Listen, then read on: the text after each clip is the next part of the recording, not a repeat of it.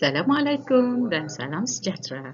Bertemu kita lagi dalam Sejarah Tahun 4, Unit 5, Zaman Air Batu.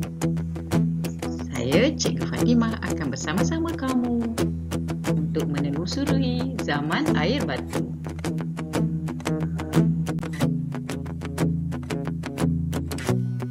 Baiklah murid-murid, sebelum kita meneruskan pembelajaran kita pada hari ini, kita lihat dulu objektif pembelajaran.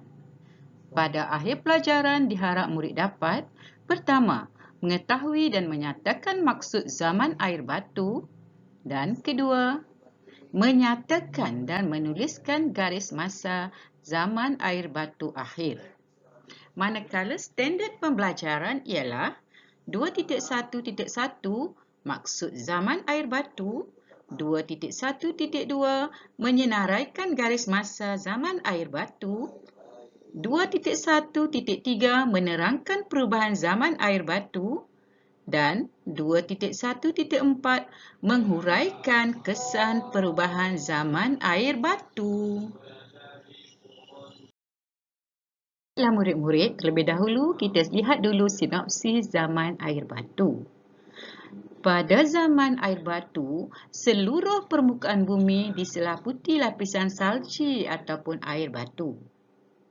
Kedua, zaman air batu telah berlaku sebanyak 5 kali. Pada zaman ini dianggarkan bermula antara 2.6 juta hingga 3.5 juta tahun dahulu. Pada zaman ini, iklim amat sejuk, iaitu berada di bawah paras beku. Kita akan teruskan lagi dengan melihat lebih jelas tentang haiwan yang hidup pada zaman air batu, lebih kurang 18,000 tahun yang lalu. Murid-murid, di sini terdapat juga haiwan yang sudah pupus. Cuba kita tengok ya, haiwan yang sudah pupus. Pertama, gajah mamut. Gajah yang bergading panjang ya, gajah mamut.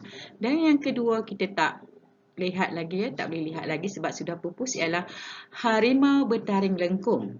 Cuba kamu tengok taringnya, takut kan? Okey, seterusnya haiwan yang belum pupus.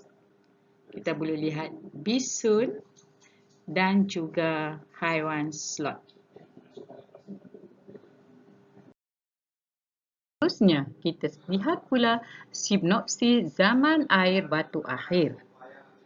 Zaman air batu akhir terjadi pertama, apabila suhu meningkat, air batu mula mencair, menyebabkan paras air laut meningkat.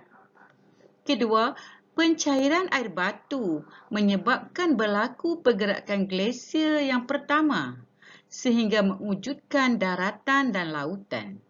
Yang ketiga, glasier ialah timbunan batu ais yang bergerak perlahan-lahan menuruni cerun atau merebak ke permukaan laut. Dan yang terakhir, zaman air batu akhir berlaku pada kala Quaternary yang dibahagikan kepada dua epok, iaitu epok Pleistocene dan epok Holocene. Apakah yang dimaksudkan dua epok itu, iaitu epok Pleistocene dan Holocene? Teruskan pula apakah yang dimaksudkan dengan zaman air batu akhir pada kala Quaternary. Zaman air batu akhir yang seperti cikgu sebut tadi ada dua epok. Kita tengok ya, epok yang pertama, epok Pleistocene. Epok Pleistocene ini berlaku penyejukan suhu bumi dan pengeringan. Kemudian manusia pula mengetahui cara membuat api. Dan seterusnya, tanah daratan menjadi lebih luas. Kita tengok pula epok yang kedua, iaitu epok Holocene. Dalam masa epok Holocene ini, suhu bumi mula meningkat.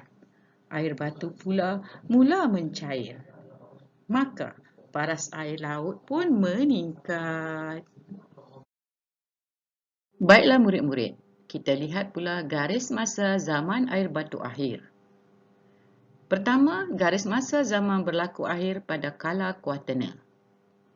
Kita lihatlah kala Quaternary yang pertama, iaitu epok Pleistocene. Pada zaman epok Pleistosen berlaku 2,5 juta hingga 11,700 tahun dahulu. Manakala epok yang kedua, iaitu epok Holosen, berlaku pada 11,700 tahun dahulu hingga kini. Seterusnya, kita lihat pula haiwan-haiwan berikut yang wujud pada epok Pleistosen. Terdapat harimau bertaring lengkung pada epok Pleistosen. Harimau yang bertaring lengkung nampak garang sahaja. Kemudian sloth, sejenis binatang yang diberi nama sloth yang suka bergayut. Seterusnya sejenis gajah yang diberi nama mamut yang bergading panjang. Seterusnya murid-murid, kita lihat pula perubahan zaman air batu akhir. Iaitu, kita lihat dulu dari segi perubahannya ya. Perubahan bentuk muka bumi, suhu bumi meningkat. Apabila suhu bumi meningkat, ais mula mencair. Apabila ais mencair, air melimpah ke kawasan rendah, menjadi tasik ataupun laut. Dari segi iklim pula, kita lihat dari segi iklim, berubah daripada terlalu sejuk kepada sederhana sejuk. Perubahan iklim ini disebabkan oleh sinaran matahari dan pemanasan bumi. Selain itu, kita boleh lihat rupa bentuk. Berlaku perubahan fizikal bumi. Paras air laut meningkat sehingga 100 meter. Itu dari segi perubahannya, perubahan bentuk muka bumi, iklim dan rupa bentuk bumi. Kesannya apabila berlaku perubahan tadi ialah perubahan rupa bentuk fizikal bumi, berlaku pembentukan tasik air tawar. Apabila suhu meningkat, air mencair, air melimpah, berlaku pembentukan tasik air tawar. Dan aliran sungai juga menjadi berubah. Kedua, berlaku kepupusan haiwan. Berlaku akibat perubahan suhu pada masa itu. Kedua, haiwan seperti harimau bertaring lengkung dan mamut telah pupus. Seterusnya kita lihat juga kesan pertempatan manusia. Pada masa ini, manusia bergerak keluar mencari kawasan yang lebih panas. Seterusnya, manusia mencari tempat untuk membina pertempatan dan menetap di kawasan tersebut. Berikut ini, kita saksikan pula kesan terhadap Asia Tenggara. Pertama, kenaikan paras air laut di pentas Sunda. Apabila paras air laut di pentas Sunda meningkat, menyebabkan pembentukan sungai dan tasik. Yang kedua, aliran air sungai menenggelamkan kawasan tanah rendah di sepanjang tepi pantai. Seterusnya, hal ini memberi kesan kepada kewujudan pertempatan di Asia Tenggara. Kesan terhadap Asia Tenggara juga boleh kita lihat dari segi berlaku pergerakan manusia dan binatang.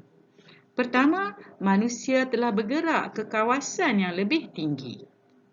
Kedua, manusia hidup secara berpindah randah dan akhirnya mereka menetap.